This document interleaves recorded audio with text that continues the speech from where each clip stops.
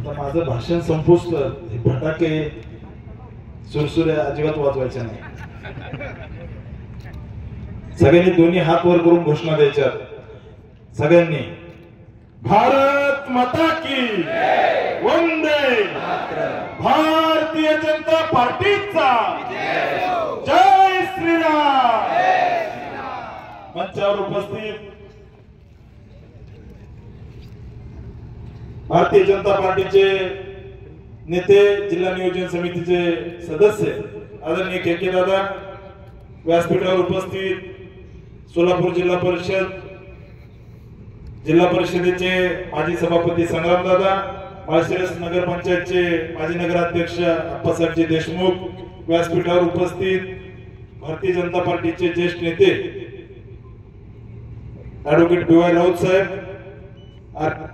या ठिकाणी उपस्थित बाजीरावजी काटकर, भारतीय जनता पार्टीचे ज्येष्ठ नेते सोपान काका, या ठिकाणी उपस्थित राष्ट्रवादीचे नेते ज्यांचा आपण आता जोरदार भाषण ऐकलं असे रमेश भाऊ, या ठिकाणी उपस्थित गणपत तात्या, ज्यांनी माझ्यापूर्वी भाषण केलं असे हनुमंतबापू सूळ, बाजीरावजी काटकर, उपस्थित माळशिरस नगरपंचायतचे सर्व नगरसेवक, नातेपुतेचे भाजप नेते दादासाहेबजी बोराडे, व्यासपीठावर उपस्थित असणारी सर्वच मान्यवर मंडळी, सर्वांची नावं घेणं शक्य नाही. शेळके साहेब सर्व समतुल्य, त्याच्यामुळे मागे पुढे झाला असेल. उपस्थित सर्व माता भगिनी, तालुक्याच्या कानाकोपऱ्यामधून उपस्थित असणारी सर्व कार्यकर्ता बंधूंनो, खर तर आजचा दिवस त्या अर्थाने वाढदिवस म्हणून साजरा करणं हे एक साधन आहे, परंतु वर्षातून दोनदा तुम्हाला सगळ्यांना भेटलं पाहिजे याचा मी अतिशय प्रामाणिकपणे प्रयत्न करतो. एका वेळेस भेटलं पाहिजे. त्यामुळे वाढदिवस असेल, दिवाळीचं स्नेहभोजन असेल, ते देण्याचं आणि त्या निमित्त आपल्या सगळ्यांना भेटायचं अशा पद्धतीचा माझा प्रयत्न असतो. ज्यावेळेस या माळशिरस तालुक्यामध्ये त्या ठिकाणी फडणवीस साहेबांनी, माननीय पार्टी नेतृत्वाने मला ज्यावेळेस संधी दिली 2019ला, त्यावेळेस या तालुक्याचा आमदार म्हणून नाही तर तालुक्याचा सेवक म्हणून सेवा करेल अशा पद्धतीचा शब्द मी तुम्हाला दिला होता. माझ्या आईवडिलांनी या माळशिरस तालुक्यामध्ये ऊस तोडणीचं काम केलंय, परंतु या तालुक्याचा पुढच्या 5 वर्ष सालगडी म्हणून काम करेल तो शब्द दिला आणि तो प्रामाणिकपणे पार करण्याचा मी त्या ठिकाणी प्रयत्न केला. आपण सगळं माळशिरस तालुका म्हणून मी निश्चितच माळशिरस तालुक्यातला एक परिवार म्हणून काम करणारा कार्यकर्ता आहे. मी त्या ठिकाणी सोन्याचा चमचा घेऊन तोंडात घेऊन जन्माला आलेलो कार्यकर्ता नाहीये. मी संघर्षातून उभा राहिलेलो कार्यकर्ता आहे. विद्यार्थी चळवळीतून त्या ठिकाणी पुढे आलेलो कार्यकर्ता आहे. त्यामुळे समाज मनाचं भान, समाजाबद्दल असणारी संवेदना मनामध्ये कायम जागृत ठेवण्याचा प्रयत्न केला. 2019च्या विधानसभेच्या निवडणुकीनंतर त्या ठिकाणी माननीय देवेंद्रजी, आपले नेते आदरणीय विजयदादा आणि तालुक्यातील सर्व जनतेने त्या ठिकाणी जो विश्वास टाकला, त्या विश्वासाला कधी तडा जाऊ देणार नाही. ही ज्यावेळेस विधानसभेमध्ये आमदार म्हणून शपथ घेतली, पुढची आजपर्यंत 4.5 वर्ष तुम्ही सगळे साक्षीदार आहात की त्या ठिकाणी आपल्या सगळ्यांच्या सोबत, आपल्या सुखदुःखामध्ये त्या ठिकाणी अतिशय प्रामाणिकपणे काम करण्याचा मी प्रयत्न केला. आपण माझ्याकडे वेगवेगळ्या समस्या घेऊन आल्या की या तालुक्यामधील छोट्या लोकांची छोटी कामं करण्याचा मी प्रामाणिक प्रयत्न केला. तुम्ही या ठिकाणी सगळेजण उपस्थित आहे. माझ्याकडे कुणी भेटायला आलं तर मी तुम्हाला सांगितलं की गावातल्या पुढाऱ्याला घेऊन या, असं कधी सांगितलं का? सांगितलं का? तुम्हाला एखाद्या गावातल्या पुढाऱ्याची चिठ्ठी घेऊन या असं कधी सांगितलं का? त्यामुळे त्या ठिकाणी मला देवेंद्रजीने सांगितलं होतं आमदार झाल्या मी ज्यावेळेस भेटायला गेलो की राम, एक लक्षात असू दे की आमदारकी डोक्यात गेली नाही पाहिजे. आणि मी ते अतिशय तंतोतंत पाळण्याचा प्रयत्न केला की 4.5 वर्ष त्या ठिकाणी कसली अहंकार, कसलाही त्या ठिकाणी अहंकार असेल किंवा मनामध्ये आमदारकी किंवा त्याचं मोठेपण, मी माझी आमदारकी माळशिरस तालुक्याच्या जनतेच्या पायाशी नेऊन ठेवली होती. ठेवली का नाही? मागच्या 4.5 वर्ष आमदारकीचं जे काही असेल, प्रतिष्ठा असेल, जे काही असेल, ती तुम्हा सगळ्यांच्या माळशिरस तालुक्याच्या जनतेशी पायापाशी होती. कारण त्या ठिकाणी तुम्हा सगळ्यांना तुम्हाला सगळ्यांना समर्पित ही आमदारकी आणि तुमच्यासाठी काम करायचं हा मी त्या ठिकाणी निश्चय केला। आज बरेच जण म्हटले की आमदार साहेबांनी ही वेळ आणली की आमदार साहेब आम्ही तुम्हाला मतदान केलं नाही, परंतु आता आम्हाला त्या ठिकाणी तुम्हाला मतदान करायची संधी 2024 मध्ये भेटणार आहे। निश्चित भेटणार आहे, काळजी करायचं कारण नाही। बऱ्याच जणांनी देव पाण्यात ठेवलेले आहेत, काही काही लोकांचं नशीबच फुटकं असतं, बरोबर आहे दादा? काही काही लोकांचं नशीबच फुटकं असतं की आज मला सांगितलं तरी तिथं सुद्धा निगेटिव्ह येते। त्यामुळं निश्चित दादा की आपण माझ्या सुरुवातीच्या प्रवासाचे साक्षीदार आहात की भारतीय जनता पार्टीमध्ये तिकीट भेटलं आणि माळशिरस विधानसभेमध्ये तिकीट दिलं त्यावेळेस निश्चित आता नेत्यांनी सांगितलं की आमदार साहेब आम्ही तुमच्या विरोधात काम केलं, तुटून विरोधात काम केलं, किंवा तुम्ही त्या ठिकाणी जे काही विधानसभेच्या निवडणुकीत जे करायचं असतं ते सगळं तुमच्या विरोधात केलं, परंतु 2024च्या निवडणुकीमध्ये आम्हाला तुमच्यासाठी काम करायचंय, आम्ही तुम्हाला मतदान केलं नाही, स्टेजवरून सांगितलं। त्यामुळे निश्चित फक्त सांगतो की आमदारांचं काम बोलतोय, बरोबर आहे ना? मी कधी कुणाला त्या ठिकाणी मनामध्ये अहंकार ठेवला नाही, कुणाला कधी बदल्याची भावना ठेवली नाही, माझ्यावर टीका केली तरी मी कधी विचार केला नाही, माझ्याबद्दल कधी बोलले तरी त्याच्याबद्दल विचार केला नाही। अतिशय व्यापक दृष्टिकोन ठेवून माळशिरस तालुक्याचा विकास झाला पाहिजे ही माझी भूमिका आहे। माळशिरस तालुक्याच्या मागच्या 5 वर्षामध्ये म्हणजे 4.5 वर्षामध्ये आपण मागच्या 10 वर्षाचा जो विकासाचा बॅकलॉग होता, श्रद्धेय स्वर्गीय डोळसाहेब आमदार असताना त्या ठिकाणी मागचे 5 वर्ष सत्ता नव्हती किंवा विकासाचा अनुशेष असेल तो भरून काढण्याचा प्रामाणिकपणे प्रयत्न केला, छोटी छोटी कामं केली। म्हणजे माळशिरस तालुक्यामध्ये पक्क सांगतो या स्टेजवरून की एकही रस्ता असा राहणार नाही की ज्याला 2024च्या निवडणुकीपूर्वी पैसे पडले नसतील। आता बरेच जण सांगतात आम्ही इकडे गिरवीकडे गेलो रस्त्याचं काम चालू होतं, आम्ही पिलीला चाललो तिकडे रस्त्याचं काम चालू होतं, आम्ही त्या ठिकाणी तांब्याकडे गेलो तिकडे रस्त्याचं काम चालू आहे, तोंडल्याकडून बाळवणीला गेलो तिकडे रस्त्याचं काम चालू आहे, आम्ही नातेपुतेकडून त्या ठिकाणी पिरळेला चाललो तिथं रस्त्याचं काम झालंय, पळस मंडळाला खरोजीला चाललो तिथं रस्त्याचं काम चालू आहे। त्यामुळे आपल्याला आपले नेते फडणवीस साहेबांनी मागच्या 4.5 वर्षामध्ये त्या ठिकाणी मोठ्या प्रमाणामध्ये निधी दिला। आपले जे तालुक्याचा मेन हायवे त्याला त्या ठिकाणी जोडणारे रस्ते आपण केले, त्या ठिकाणी गावातील छोटे छोटे प्रश्न केले, अंतर्गत रस्त्याचे कामं केले, छोटे छोटे प्रश्न आपण मार्गी लावण्याचा प्रयत्न केला। त्यामुळे 2024 नंतर राम सातपुतेचं टार्गेट काय असेल माळशिरस विधानसभेसाठी अतिशय जबाबदारीने माझ्या नेत्यावर माझा विश्वास आहे की माळशिरस तालुक्यामध्ये 1000 एकरची MIDC केल्याशिवाय हा राम सातपुते शांत राहणार नाही। मी अतिशय प्रामाणिकपणे सांगतो की मला दुःख होतं की माझ्या माळशिरस तालुक्यातील युवकाला कुठंतरी मुंबईमध्ये पुण्यामध्ये चाकण MIDC मध्ये जाऊन काम करावं लागतं। दुर्दैवाने आपलं सरकार नव्हतं, मागच्या 5 वर्ष 2.5 वर्ष सरकार आलं, परंतु मी पक्का शब्द देतो की माळशिरस तालुक्यामध्ये त्या ठिकाणी पुढच्या 5 वर्षामध्ये अतिशय डौलदार अतिशय 5 स्टार 1000 एकरवरची MIDC माळशिरस तालुक्यामध्ये होईल आणि त्या ठिकाणी त्याच्यासाठी माझी आमदारकी पणाला लावा लागली तरी मी लावेल हा मी तुम्हाला शब्द देतो। हा पहिला प्रश्न।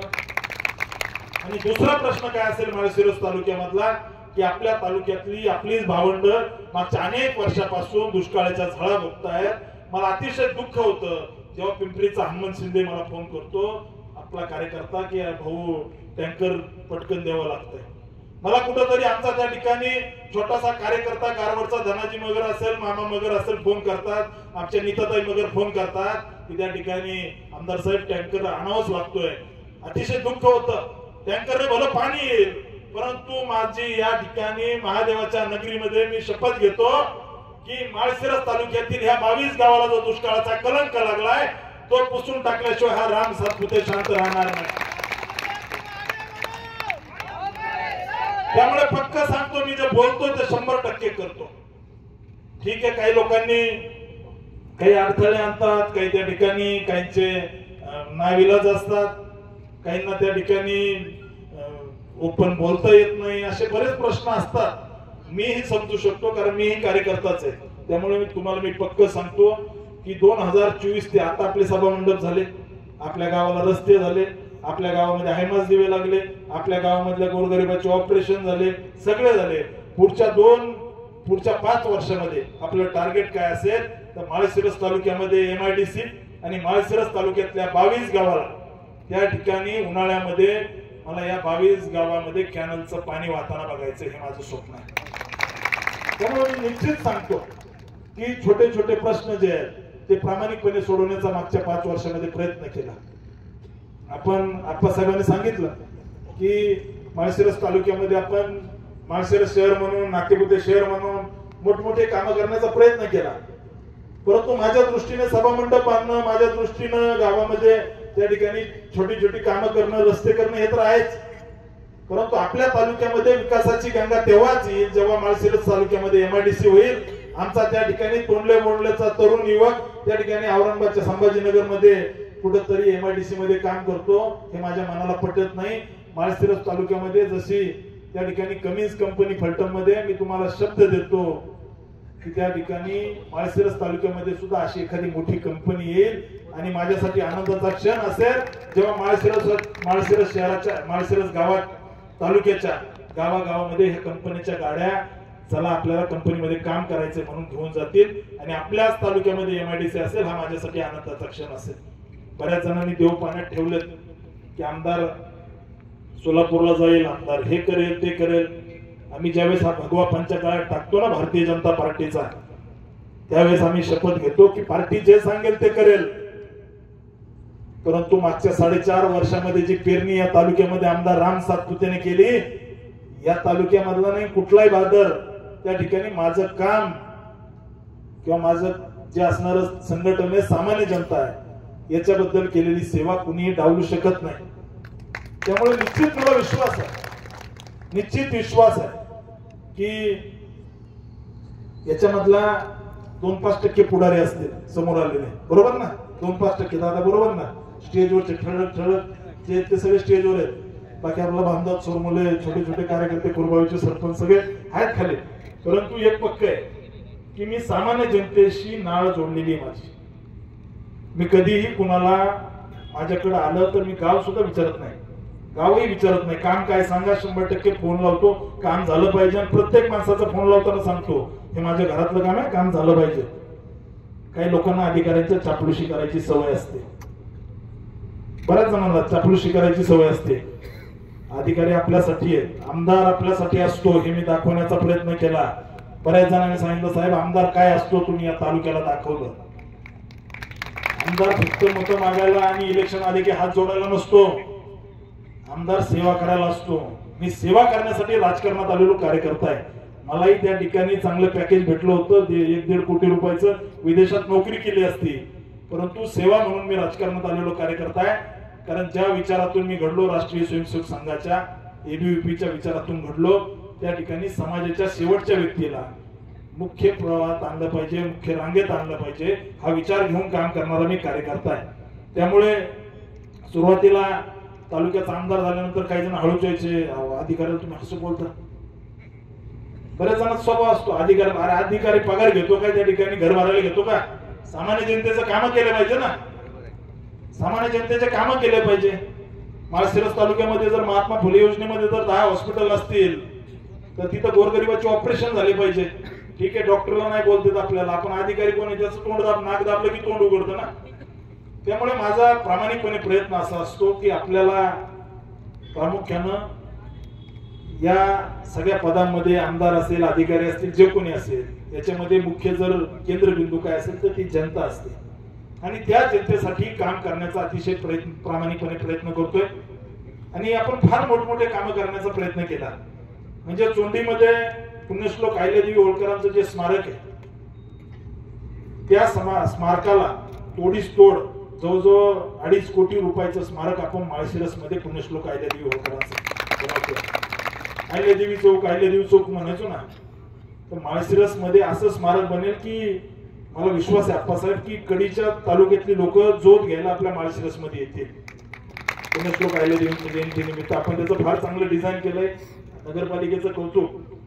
त्या ठिकाणी छत्रपती शिवाजी महाराजांचा पुतळा अतिशय भव्य दिव्य अश्वारूढ पुतळा झाला पाहिजे. कारण छत्रपती शिवाजी महाराजांनी या मातीला त्या ठिकाणी आपल्याला संघर्ष करायला शिकवलं, स्वाभिमान शिकवला. त्या महाराजांचं चांगलं स्मारक आपण माळशिरस मध्ये करतोय. आमच्या रामोशी बांधवांसाठी असणारं त्या ठिकाणी चांगलं स्मारक, उमाजी नायकांच्या स्मारकासाठी आपण आजच, हरिभाऊ बरोबर ना, आज 50 लाख रुपयाचा निधी आता माझ्या मोबाईलवर बसल्यावर ऑर्डर पडली. 50 लाख रुपयाचं स्मारक उमाजी नायकांचं होतं. त्यामुळे छोटे छोटे प्रश्न सोडवले. म्हणजे मला एक छोटासा प्रश्न पडला की आपल्या वाघमोडे नावाच्या एका साडी दुकानदाराचं दुकान जळलं, जवळजवळ 1.5-2 कोटी रुपयाचं नुकसान झालं. त्याचा विमा नव्हता, काही नव्हतं. की माझ्या माळशिरस मध्ये जर अग्निशामकची जर गाडी असती तर त्याचं 1.5 कोटीचं नुकसान झालं नसतं. डोळ्यातून पाणी येत होते. मी फडणवीस साहेबाला जाऊन भेटलो आणि माळशिरस आणि त्या ठिकाणी नातेपुतेमध्ये दोन्ही ठिकाणी 1-1 कोटी रुपयाच्या अग्निशामक दलाच्या गाड्या त्या ठिकाणी आणल्या. त्याची वर्क ऑर्डर झाली आणि पुढच्या 15 दिवसामध्ये या दोन्ही शहरामध्ये अग्निशामक दलाच्या गाड्या येतील. त्यामुळे प्रामाणिकपणे, अतिशय संवेदनशीलतेने, अतिशय विनम्रतेने, म्हणजे कधी कधी मला तर एकदा माझ्याकडे विनीत सरतापे आले होते आपल्या आरपीआयचे नेते आणि एक जण येऊन, कुणीतरी एक कार्यकर्ता होता आणि बोलून, आमदार साहेब तुम्ही हे ते तुम्ही हे केलं असं काही ना काही बोलत होते. परंतु विनीत सरतापे मला त्यावेळेस म्हणले, आमदार साहेब साधा माणूस तुम्हाला इतकी येऊन बोलतो पण तरी पण तुम्ही एक शब्द काढत नाही, त्याच्या अतिशय विनम्रतेने समजून घालता. निश्चित आमदार जरी असलो तरी तुमच्यातलाच आहे, तुमच्यासारख्याच परिवारातून आलोय. त्यामुळे तुमचे सुख दुःख माहिती आहे. एखादा व्यक्ती त्या ठिकाणी जर आला तर त्याला कशा पद्धतीने हाताळायची, त्याचे दुःख काय, हे मी सगळं पाहिलेलं आहे, भोगलेलं आहे. त्यामुळे तालुक्याचा आमदार म्हणून मागच्या 4.5 वर्ष अतिशय प्रामाणिकपणे प्रयत्न केला.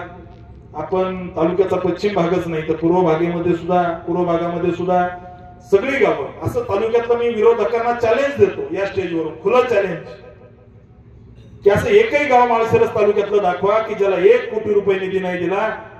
राम सातपुते चॅलेंज देतो की 2024 ची निवडणूक लढणार नाही. कोणीही सांगावं की तालुक्यातलं असं एकही गाव नाही. मग तुम्ही गिरवी काढा, भाम काढा, रेडे काढा, कुठलंही गाव काढा, असं एकही गाव नसेल की ज्याला 1 कोटी रुपयाचा निधी आपण त्या ठिकाणी दिला नाही. आज तालुक्याच्या कानाकोपऱ्यामध्ये बंधाऱ्याची कामं चालू आहेत, त्या ठिकाणी मोठमोठी तलावाची कामं चालू आहेत, त्या ठिकाणी या तालुक्यामध्ये सगळीकडे रस्त्याची कामं चालू आहेत.